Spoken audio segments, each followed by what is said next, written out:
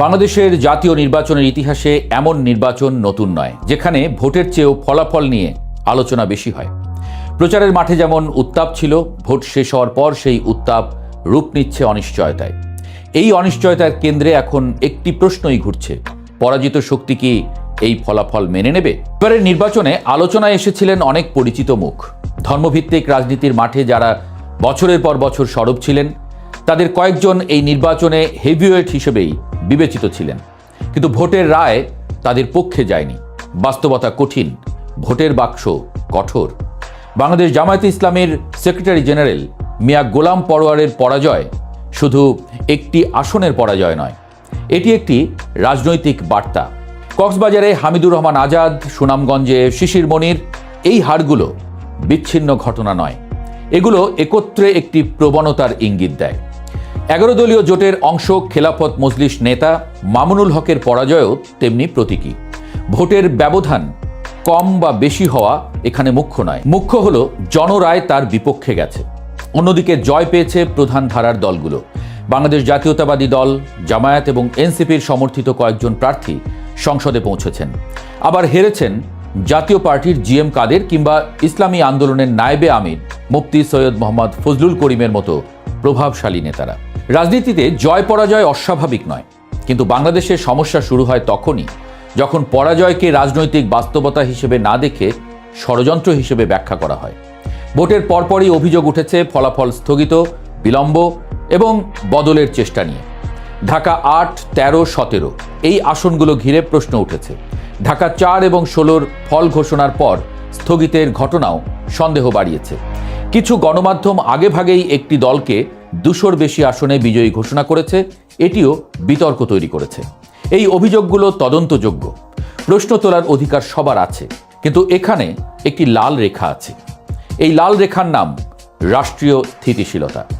যদি এই অভিযোগের ভাষা রাস্তায় নামে, যদি বক্তব্যের বদলে অবরোধ আসে, যদি মিছিলের বদলে সংঘর্ষ শুরু হয়, তাহলে পরিস্থিতি আর রাজনৈতিক থাকে না, তখন তা রাষ্ট্রীয় সংকটে রূপ নেয়। বাংলাদেশ এই পথ খুব চেনে, খুব ভালোভাবেই চেনে। 2013, 14, 23 প্রতিবারই নির্বাচন ঘিরে অচলাবস্থা তৈরি হয়েছে। প্রতিবারই সাধারণ মানুষ সবচেয়ে বেশি ক্ষতিগ্রস্ত হয়েছে। বন্ধ হয়েছে শিক্ষা প্রতিষ্ঠান, থমকে গেছে অর্থনীতি, বেড়েছে প্রাণহানি। আজকের বাংলাদেশ সেই জায়গায় নেই, এই কথা বলার সুযোগ নেই। আবার সেই জায়গায় যেতে চায়, এ কথাও কেউ বলছে না। এই বাস্তবতায় জামায়াত নেতৃত্বাধীন 11 দলীয় জোটের সিদ্ধান্ত অত্যন্ত গুরুত্বপূর্ণ। তারা যদি ফলাফল পুরোপুরি প্রত্যাখ্যান করে, যদি নির্বাচনকে ইঞ্জিনিয়ার্ড বলে, রাস্তায় নামার বার্তা দেয়, যদি জুলাই গণ অভ্যুত্থানের স্পিরিটকে রাজনৈতিক অস্ত্র বানানোর চেষ্টা হয়, তাহলে পরিস্থিতি হাতছাড়া হতে সময় লাগবে না। রাষ্ট্র কখনো শূন্যতা সহ্য করে না। অস্থিরতা হলে শক্তি সেখানে ঢুকে পড়ে, তখন রাজনীতি আর নাগরিক অধিকারের জায়গায় থাকে না। আজ নির্বাচন কমিশনের দিকে আঙুল উঠছে। বাংলাদেশ নির্বাচন কমিশনের দায়িত্ব প্রতিটি আসনের ফল স্বচ্ছভাবে প্রকাশ করা। সেই দাবি যৌক্তিক, কিন্তু কমিশনের সমালোচনা আর রাষ্ট্রযন্ত্র অকার্য করার ডাক এক জিনিস নয়। বিশ্ব তাকিয়ে আছে বাংলাদেশের দিকে, অভিনন্দন এসেছে বিভিন্ন দেশ থেকে। আন্তর্জাতিক কূটনীতিতে নির্বাচন মানে শুধু ব্যালট নয়, এটি গ্রহণযোগ্যতা। এখন প্রশ্ন একটাই: পরাজিত পক্ষ কি করবে? রাজনৈতিক পরিপক্কতা মানে নিঃশর্ত আত্মসমর্পণ নয়।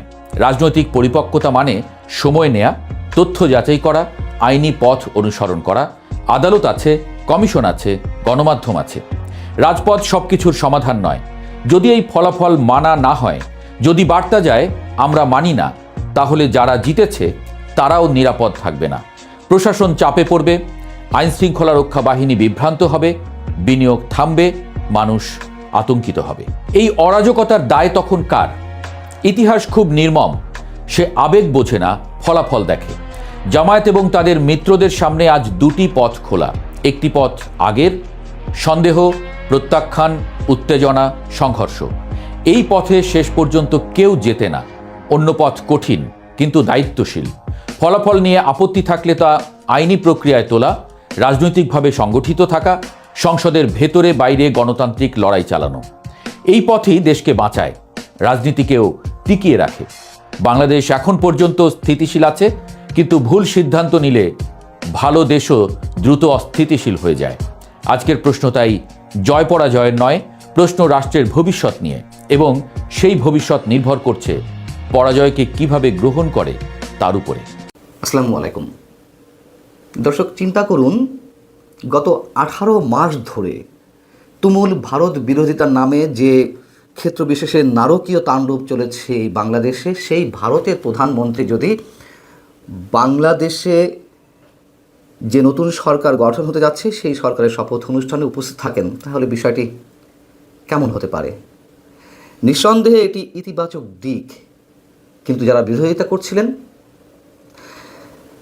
প্রধানমন্ত্রী হিসেবে তারেক রহমানের শপথ অনুষ্ঠানকে স্মরণীয় করে রাখতে নানান ধরনের আয়োজন চলছে এবং সেটাই স্বাভাবিক। তারই অংশ হিসেবে ভারতের প্রধানমন্ত্রী নরেন্দ্র মোদীকেও শপথ অনুষ্ঠানে উপস্থিত থাকার জন্য আমন্ত্রণ জানানোর একটা পরিকল্পনা বিএনপির পক্ষ থেকে রয়েছে। শুধু নরেন্দ্র মোদীই নন, সম্ভবত আমাদের যে প্রতিবেশী রাষ্ট্রগুলো রয়েছে তার সরকার প্রধান বা রাষ্ট্রপ্রধানদের অনেককেই আমন্ত্রণ জানানো হতে পারে।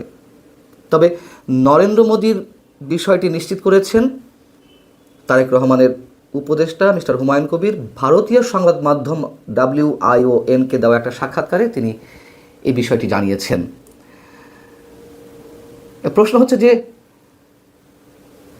যদি সত্যিই নরেন্দ্র মোদী উপস্থিত থাকেন এই অনুষ্ঠানে,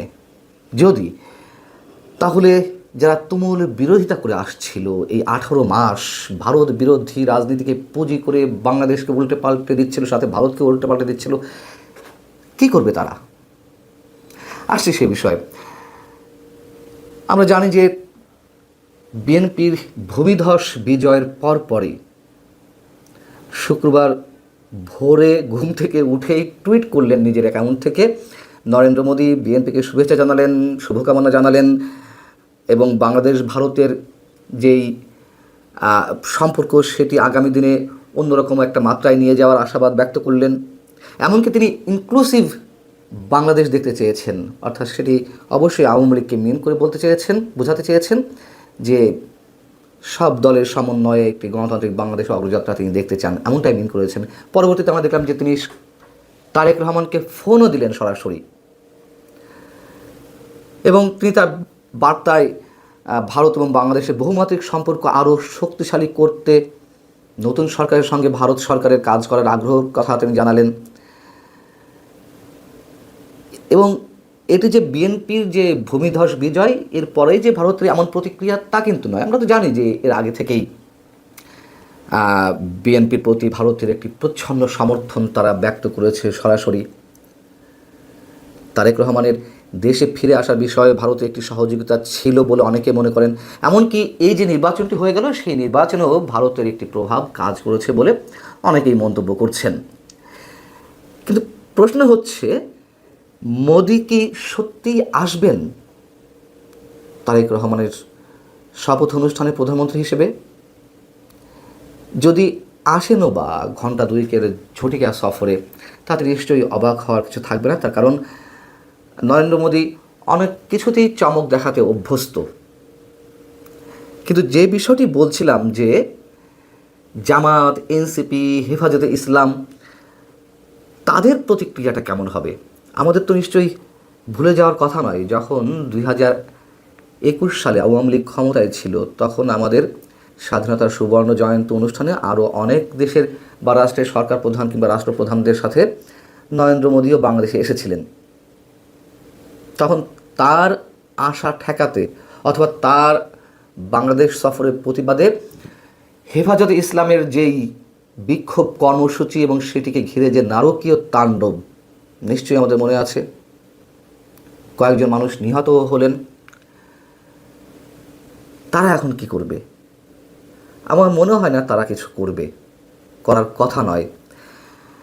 তার কারণ আমরা তো জানি যে ভারতের সঙ্গেও তলে তলে যোগাযোগ রাখছিল জামাতে ইসলাম। জামাতের আমির মিস্টার শফিকুর রহমান সাহেবের সঙ্গে ভারতের কূটনীতিক অথবা গোয়েন্দা সংস্থার সদস্যরা গোপন বৈঠক করেছেন, এমন খবর রয়টার্সে উঠে এলো এবং রয়টার্সের প্রশ্নের ভিত্তিতে জামাতের আমির স্বীকার করতে বাধ্য হলেন সেটি গোপন রাখা হয়েছিল। এবং আরও বড় বিষয় হচ্ছে যে, খেয়াল করার মতো বিষয়, নির্বাচনের আগে কিন্তু ভারত বিরোধী যে জোরালো স্লোগান আমরা গত 18 মাস ধরে দেখে এসেছি, সেটি নির্বাচনের আগে তেমন কিছু ছিল না। এবং এ কথাও সত্য, আমি নিশ্চিত, সেটি হেফাজতে ইসলাম হোক, জামায়াতে ইসলাম হোক অথবা এনসিপি হোক, তাদের কাউকে যদি ভারত নিশ্চয়তা দেয় যে আমরা তোমাদের ক্ষমতায় এনে দিচ্ছি, আমি বিতর্কের জায়গা থেকে বলছি, যদি এই ধরনের কোনো নিশ্চয়তা দেয়, দেখবেন তসবি হাতে অনেকে নরেন্দ্র মোদীর কিংবা ভারতের বন্দনা শুরু করে দিয়েছে। যদিও এটি আমাদের জন্য লজ্জার, কিন্তু আমরা তো দেখে আসছি। এখন বিএনপি নরেন্দ্র মোদীকে আমন্ত্রণ জানানোর পরিকল্পনা করেছে বা আমন্ত্রণ জানাবে, সেটি সম্পর্কে আমি নিশ্চয়ই এ ধরনের মন্তব্য করেছিলাম। বিএনপির পক্ষ থেকে যে বার্তাটি দেওয়ার চেষ্টা করা হচ্ছে, শুধু শপথ অনুষ্ঠানকে স্মরণীয় করে রাখার জন্যই যে প্রতিবেশী রাষ্ট্রগুলোর সরকার প্রধান বা রাষ্ট্রপ্রধান বা বিশেষ করে নরেন্দ্র মোদীকে আমন্ত্রণ জানানোর পরিকল্পনা করা হচ্ছে, সেখানে অন্য উদ্দেশ্যও রয়েছে, যে আঞ্চলিক রাষ্ট্রগুলোর সাথে বা প্রতিবেশী রাষ্ট্রগুলোর সাথে যে আঞ্চলিক স্থিরতা বজায় রাখার একটা চেষ্টা, সেই বার্তাটিও বিএনপি পক্ষ থেকে দেওয়ার একটি লক্ষ্য রয়েছে। WION এর প্রতিবেদনে যেটি বলা হচ্ছে তা হচ্ছে এরকম, যে নির্বাচনে বিএনপির বড় জয়ের পর এই উদ্যোগকে দুই দেশের মধ্যে চলমান উত্তেজনা কমানোর সম্ভাব্য পদক্ষেপ হিসেবে দেখা হচ্ছে। বিএনপি জাতীয় নির্বাচনের আগে থেকেই ভারতের সঙ্গে সম্পর্ক করার একটা চেষ্টা করছিল, এটাও সত্য কথা আমরা জানি। কিন্তু এই হেফাজতে ইসলাম, জামাতে ইসলাম বা এনসিপির যে রাজনৈতিক পুঁজি, তুমুল ভারত বিরোধিতা, সেখান থেকে আসলে বিএনপি প্রকাশ্যে এমন কিছু মন্তব্য করেনি যার মাধ্যমে মানে কেউ এ ধরনের জিগির তুলতে পারে যে বিএনপিও ভারতের পূজা করছে কিংবা ভারতের দাসত্ব করছে। আসলে পূজা করা বা দাসত্ব করার কিছু এখানে তো নেই। আমাদেরকে প্রতিবেশী রাষ্ট্রগুলোর সঙ্গে সম্পর্ক রাখতে হবে, এবং ভারত নিঃসন্দেহে বৃহৎ প্রতিবেশী রাষ্ট্র, শক্তিধর প্রতিবেশী রাষ্ট্র, তার সঙ্গে তো সম্পর্ক আমাদের রাখতে হবে, এবং ভারতকেও নিঃসন্দেহে আমাদের সঙ্গে ভালো সম্পর্ক রাখতে হবে অকৃত্রিম বন্ধু হিসেবে। তো জামাত, এনসিপি এবং হেফাজত ইসলামের মতন এই যে ধর্মাশ্রয়ী রাজনৈতিক দল, যাদের সাথে পাকিস্তানের সখ্যতা আবার অন্যরকম, ভারতের সঙ্গে সখ্যতা রাখা যাবে না, কিন্তু পাকিস্তানের সঙ্গে তহর মহরম সম্পর্ক রাখা যাবে, উষ্ণ সম্পর্ক রাখা যাবে, ভাই হিসেবে ট্রিট করা যাবে, তাতে কোনো সমস্যা নেই। তো হুমায়ুন কবির বলছেন WION-কে, আঞ্চলিক বিষয়গুলো নতুন সরকারের জন্য অত্যন্ত গুরুত্বপূর্ণ। নতুন সরকার আঞ্চলিক সহযোগিতার ক্ষেত্রে একটি ভারসাম্যপূর্ণ নীতি গ্রহণ করতে চায়। এবং আমরা যত জেনেছি যে 17 তারিখের দিকে নতুন নির্বাচিত সংসদ সদস্যদের শপথ অনুষ্ঠান হতে পারে বা তারও আগে হতে পারে, এবং তার পরপরই নিঃসন্দেহে সরকার গঠন হবে। তারেক রহমান প্রধানমন্ত্রী হিসেবে শপথ গ্রহণ করবেন। 14 তারিখ চলে গেল, সেই হিসেবে সময় খুবই কম। তো এর মধ্যেও যথাসাধ্য চেষ্টা করা হচ্ছে নরেন্দ্র মোদীকে আমন্ত্রণ জানানোর এবং তিনি যাতে আসেন সেই ব্যবস্থা নেয়ার। তবে এটুকু নিশ্চিত যে নরেন্দ্র মোদী যদি নাও আসতে পারে, এটুকু আমিও আমার জায়গা থেকে যেটুকু জানি, ভারত সরকারের উচ্চ পর্যায়ের কোনো প্রতিনিধিকে এই শপথ অনুষ্ঠানে থাকার জন্য এক ধরনের সিগন্যালও পাওয়া গেছে, বা ভারত সরকার সিগন্যাল দিয়েছে তাদের যারা এই ধরনের আয়োজন করবে তাদের প্রতি। এর আগে আমরা জানি যে খালেদা জিয়ার অন্ত্যেষ্টিক্রিয়ার অনুষ্ঠানে জয়শঙ্কর এলেন, একটা প্রচ্ছন্ন বার্তা দিয়ে গেলেন বিএনপির প্রতি, সেটিও নিশ্চয়ই অনেক গুরুত্বপূর্ণ ছিল। মোদ্দা কথা, এই যে কথায় কথায় ভারত বিরোধিতা, ভারতের কোনো অন্যায় আচরণ থাকলে তার বিরোধিতা আমরাও করেছি, ভবিষ্যতেও করব। কিন্তু যারা ভারতকে পাশ কাটিয়ে পাকিস্তানের দয়া দাক্ষিণ্য কিংবা পাকিস্তানের প্রতি প্রেম ভালোবাসায় উদ্বেলিত হয়ে ওঠেন, সেটাই বরং আমাদের জন্য সন্দেহের, অনেক বেশি সন্দেহের। ভালো থাকুন সবাই।